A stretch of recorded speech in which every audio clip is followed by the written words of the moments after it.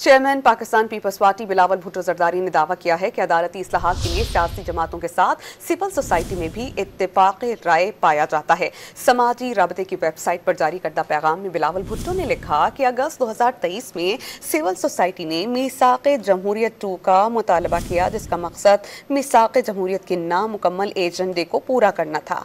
Civil society की 2023 की सिफारिशात में विफाकी आईनी अदालत का क़याम शामिल था, जिसकी तायीद एक पीटीआई सेनेटर ने की थी। बिलावल भुट्टो ने लिखा कि मौजूदा सियासत या किसी फर्द से मुतालिक अपनी ज़ाती राय को आईनी अदालत की जायज़ ज़रूरत पर हावी नहीं होने देंगे। बिलावल भुट्टो ने लिखा कि मौजूदा सियासत या किसी फर्द से मुतालिक अपनी ज़ाती राय को आईनी अदालत की जायज़ ज़रूरत पर हावी नहीं होने देंगे।